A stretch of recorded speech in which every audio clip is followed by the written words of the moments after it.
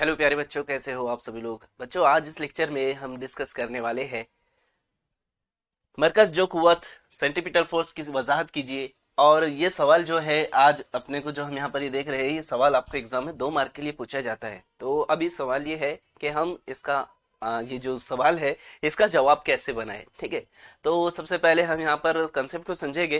तारीफ उसकी मैंने यहाँ पर लिखा हूँ और नोट्स के अंदर भी ऐसे ही सब कुछ लिखा हुआ है, सिस्टमेटिक लिखा हुआ है वहां पर भी।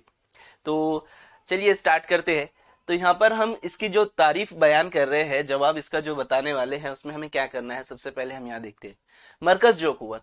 मरकज जो कुव्वत किसे कहते हैं, तो सबसे पहले मैं आपको इसकी तारीफ क्या है वो बता देता हूँ, फिर इसको एक्सप्लेन करता हूँ। ये सारी चीजें मुझे रफ करना पड़ेगा उसके लिए, तो पहले मैं आपको यहाँ पर एक्सप्लेन करता हूँ।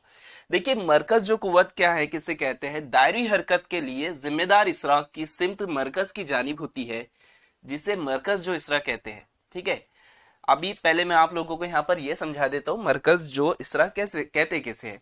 तो जैसे मैंने बोला कि एक सर्कल हमने यहाँ पर ले लिया, सर्कुलर मोशन हम ले रहे हैं, तो इसके अंदर ना एक इसरा होता है। इसरा क्या होता है, आप लोगों को मैं इसरा के बारे में इंफॉर्मेशन दे देता हूँ यहाँ पर। देखिए, इसरा जो हम लेते हैं ना, जनरली किसे कहते हैं हम इसरा, ये मैं आपको यहाँ पर पहले बताऊंगा। मान लो कि एक जिस्म है या कोई इंसान है, कोई व्यक्ति है या कोई ऑब्जेक्ट है जो इस सिमत में चल रहा है ऐसे। ठीक है, मैंने बोला कि वो किधर चल रहा है, इस सिमत में चल रहा है, जिसकी कुछ रफ्तार है। और उसकी जो रफ्तार है उसको मैं समझ लेता हूँ, आसान से छोटे छोटे एग्जांपल्स में लेंगे। 10 मीटर पर सेकंड की रफ्तार से वो आगे चल रहा है। ठीक है, अब मैं कह रहा हूँ कि वो 10 मीटर की रफ्तार से इधर चल रहा है। ठीक है, कौन चल रहा है, ये वाला ऑब्जेक्ट। अगर ये ऑब्जेक्ट 10 मीटर पर सेकंड की रफ्तार से आगे चल रहा है, तो इसकी जो यहाँ पर रफ्तार है, इसका जो चाल है, उसके बारे में अगर हम बात करें तो वो किस तरीके की है, वो कांस्टेंट है, मुस्तकिल है। ठीक है, चेंज नहीं हो रही है, एक ही जैसी है रफ्तार जो है इसकी। अब इसको तब्दील करने के लिए क्या किया जाए। जैसे अगर हम बोल रहे हैं कि अपनी बाइक है, जैसे एग्जांपल के लिए आप बाइक पर जा रहे हो, बाइक पर जा रहे हो, आप एक ही जैसी स्पीड से चल रहे हो, आपने मीटर भी सामने है। आप चाहे डिजिटल मीटर की बात करो या फिर आपका जो अब जो एनालॉग होता है वो मीटर की बात करो, कांटे वाला मीटर। तो आप दोनों ही केसेस में चलो मान लेते हैं कि आप जो स्पीड से जा रहे हो उसके अंदर 20 लिखा आ रहा है। ठीक है, तो आपकी स्पीड जो है वो कब चेंज होगी, वो तभी चेंज होगी जब आप स्पीड को बढ़ा दोगे, यानी एक्सेलरेटर दोगे, यानी एक्सेलरेट करोगे उसको। और अगर आप एक्सेलरेट नहीं कर रहे हो, उसको एक्सेलरेटर को ऐसे पकड़ के रख रहे हो, चेंज नहीं कर रहे हो, तो आपकी स्पीड वैसी रहना है। यही हो रहा है यहाँ पर भी। तो ऑब्जेक्ट हमने बोला कि यहाँ पर से ये ऑब्जेक्ट जो है इधर चल रहा है, हमने क्या किया, उसको धक्का दिया। धक्का किस तरह में दिया, जिस तरह वो चल रहा था उधर ये ऐसे मान लो कोई ऑब्जेक्ट है, ऐसे ऐसे ऐसे ऐसे जा रहा है। ठीक है, और पीछे से कोई दूसरा व्यक्ति आया, आप ऐसे ऐसे ऐसे ऐसे जा रहे हो, और पीछे से कोई व्यक्ति आया और आकर आपको ऐसा धक्का दे दिया। तो धक्का देने के बाद आप क्या होंगे, ऐसे स्पीड से आगे चले जाओगे। समझने इस चीज को, जैसे मैं ऐसे स्लो स्लो स्लो स्लो चल रहा हूँ, किसी ने मुझे धक्का दिया तो मैं स्पीड से आगे चला जाऊंगा। तो इसके अंदर क्या होता है कि हमारी जो चाल होती है वो अचानक से तब्दील हो जाती है, यानी जो हमारी रफ्तार थी वो अचानक से तब्दील हो जाती है। तो 10 मीटर के बजाय ये जो रफ्तार है इसकी, वो कितनी हो जाएंगी, हो सकता है कि ये 20 मीटर पर सेकेंड हो जाए। ठीक है, हो सकता है कि इसकी ये जो चाल है वो 20 मीटर पर सेकेंड हो जाए। तो ये क्या हुआ है, 10 से 20 कैसे हुई है, ये इसलिए हुई है क्योंकि इसके ऊपर एक इसरा लगा है। ठीक है, ए, जिसको हम एक्सेलरेशन कहते हैं इंग्लिश में। तो इस इसरा लगने की वजह से ये 10 से 20 हो गई। तो इसका मतलब क्या हुआ, इसका मतलब ये हुआ कि हम यहाँ पर जो इसके ऊपर धक्का दे रहे हैं उसके वजह से इसके अंदर तब्दीली हुई है और इसकी स्पीड बढ़ गई। दूसरी चीज ये है कि अगर आप इसको उसके अपोजिट डायरेक्शन में धक्का दे तो क्या होगा। अब कोई कार है जो ऐसे चल रही है, इस सिमत में ऐसे कार चल रही है, और उधर से कोई व्यक्ति आए और उसको ऐसे रोके। कार उधर से ऐसे आ रही है और मैं उसको ऐसे रोकने की कोशिश कर रहा हूँ।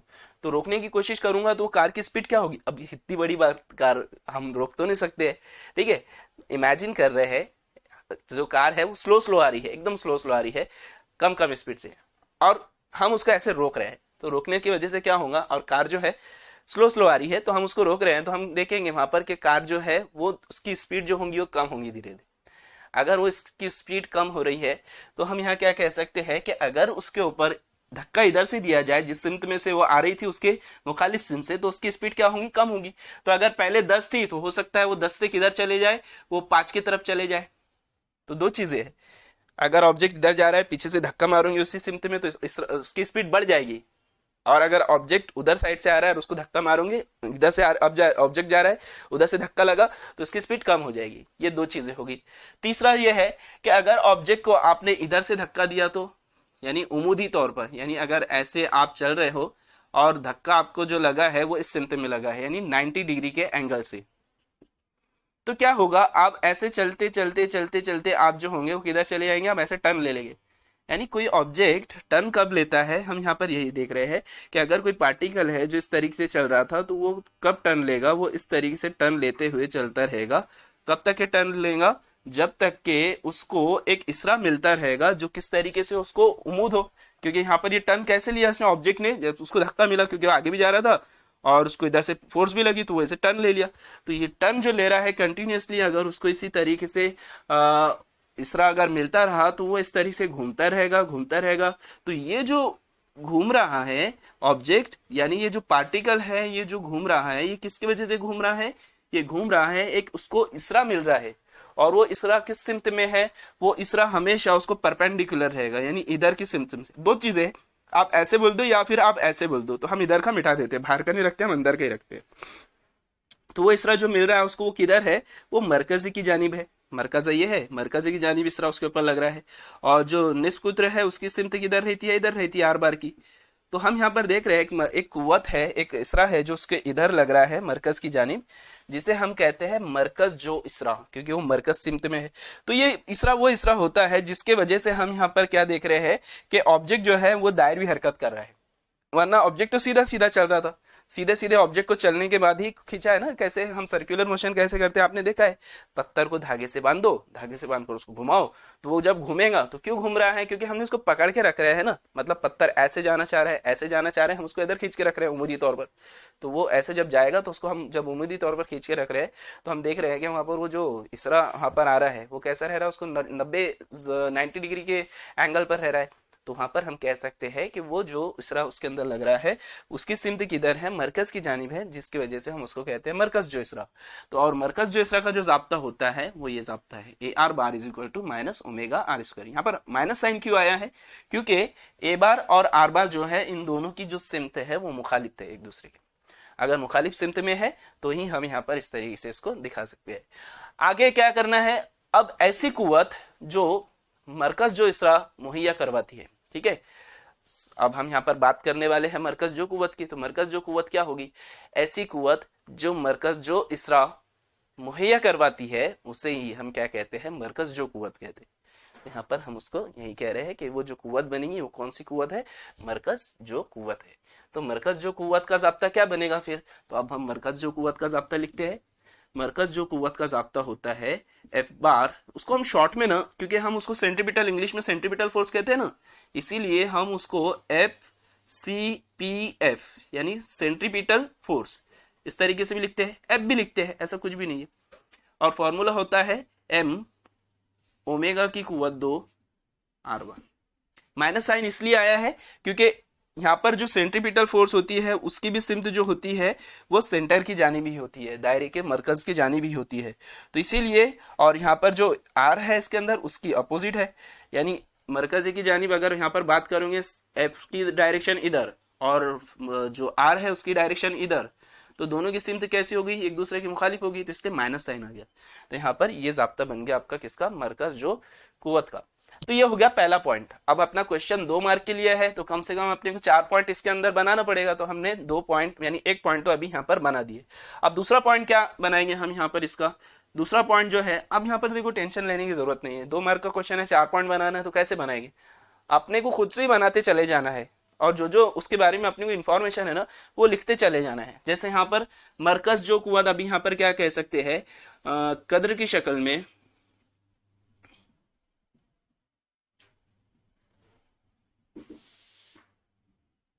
यानी इसको इंग्लिश में कहते हैं मैग्नीट्यूड फॉर्म में, यानी उसका मैग्नीट्यूड फॉर्म में अगर लोगे तो इसके ऊपर से ये बार हट जाएगा और आप इसको ऐसे लिखना चाहो शॉर्ट में तो लिख सकते हो एफ सी एफ, और यहाँ से ये माइनस हटा लोगे तो आपको ये जाब्ता कुछ ऐसे दिखेगा, इसके ऊपर का भी बार हट जाएगा। यानी हम जब कद्र की शक्ल में लेते हैं, मैग्नीट्यूड फॉर्म लेते हैं उसका, तो बार हटा लेते हैं, माइनस साइन हटा लेते हैं, तो इस तरीके से ये मिल जाएगा। तो ये सेकंड पॉइंट हो गया।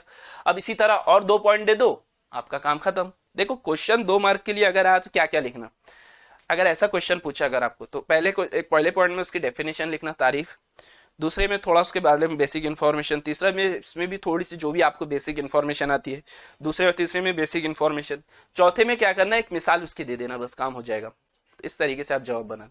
पहले में उसकी तारीफ, दूसरे में उसके रिलेटेड जो इन्फॉर्मेशन है वो आपको जो पता है उसके बारे में, तीसरे में भी वही करना जो भी आपको पता है उसके दूसरे को छोड़कर जो और पता है उसके अलावा एक्स्ट्रा, चौथे में उसकी एक मिसाल, काम खत्म, 2 मार्क का क्वेश्चन हो जाएगा, पूरे मार्क्स मिल जाएंगे अगर अच्छे से लिखा आपने ऐसे।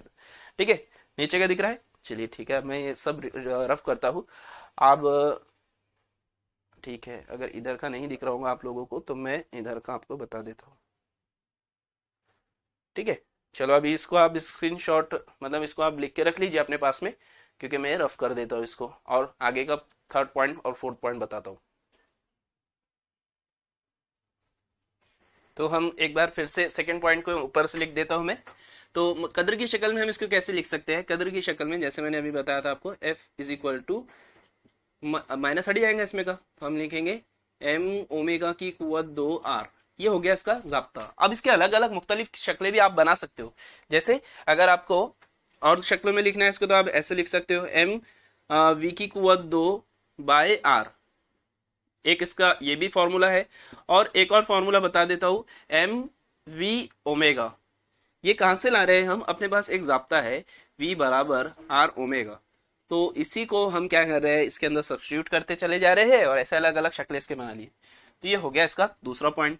तीसरा पॉइंट क्या लिखे, तीसरे पॉइंट में लिखना है आपको, इस कुव्वत की सिमत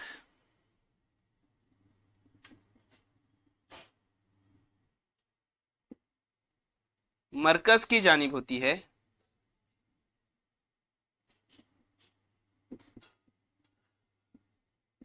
और निष्कुत्र के मुखालिफ सिमत में होती है। ओके, अब इसके बाद चौथा पॉइंट क्या लिखेंगे आप,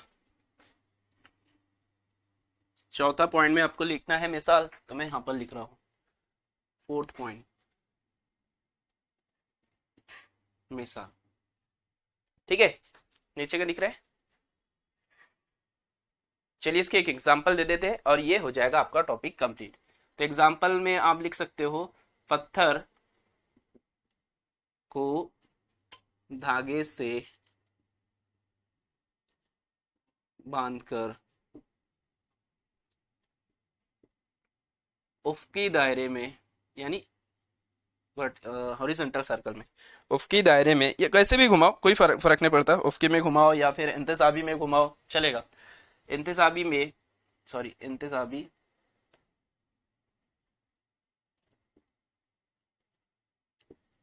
दायरे में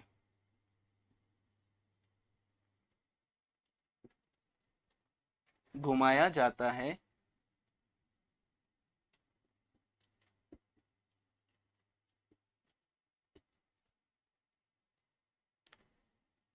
तो धागे पर लगने वाला तनाव